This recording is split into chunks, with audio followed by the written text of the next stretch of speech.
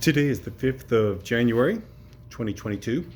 Uh, the Omicron is still in the news, still stuffing hospitals, ERs, and ICUs as full as they can be.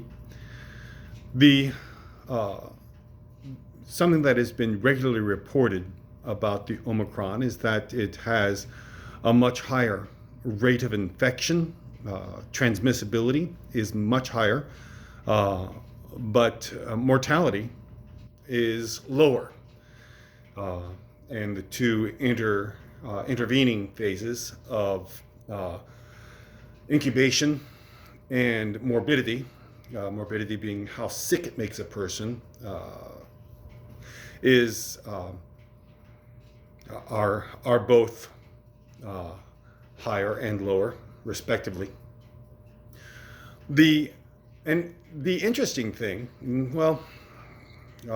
interesting in a very black way for this, is that we also have this new variant, COVID variant, working on a population that is more often than not vaccinated.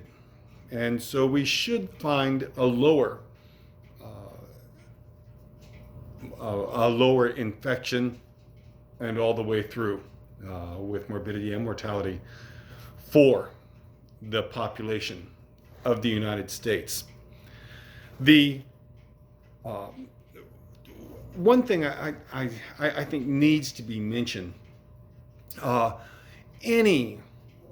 any stricture, any restriction that comes down when people see it coming down from on high within the United States is not something we do as well as other countries, and that's partly good and partly bad. We have, as part of our national story, this idea of coming to a new country, starting something new that's not what the people used to do in the old country.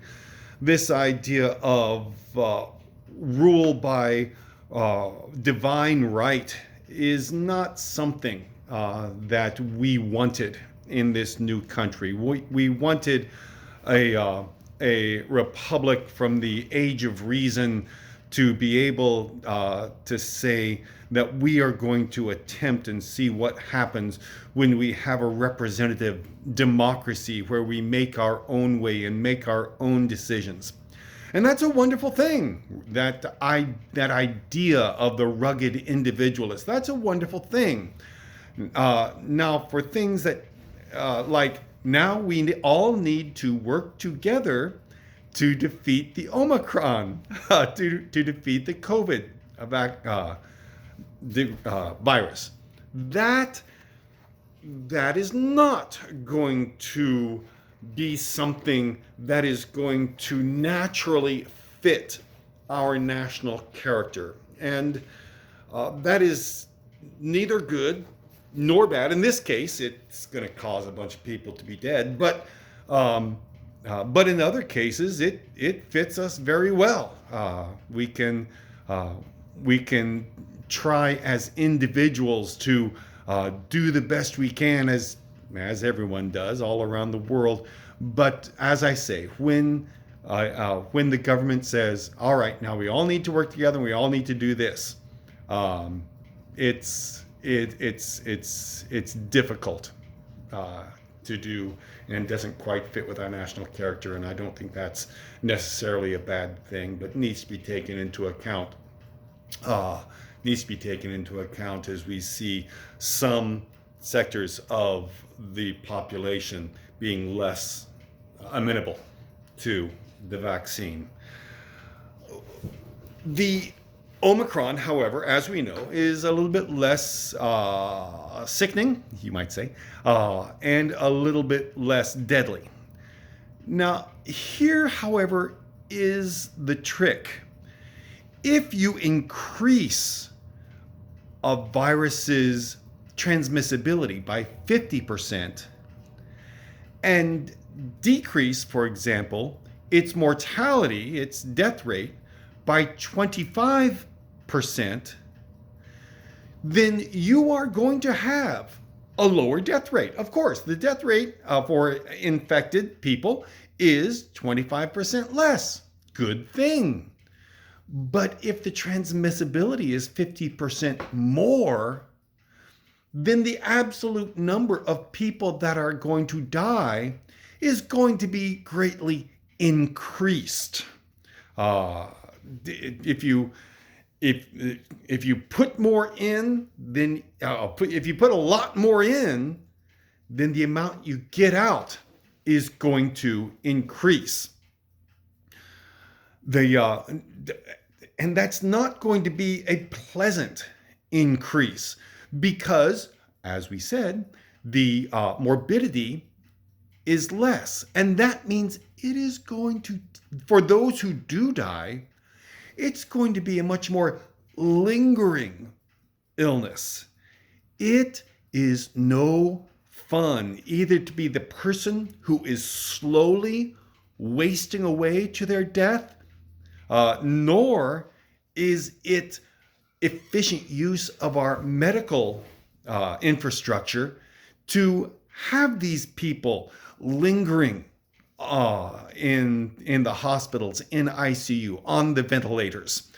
It is most of us, if we have to die, would rather be in a car wreck and be dead within 20 seconds. You know, that would be less tedious and less painful.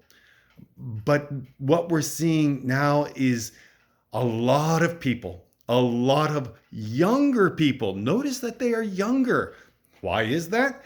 Because old folks like me recognize that COVID weights toward the terrible outcomes of COVID weights more heavily in our direction.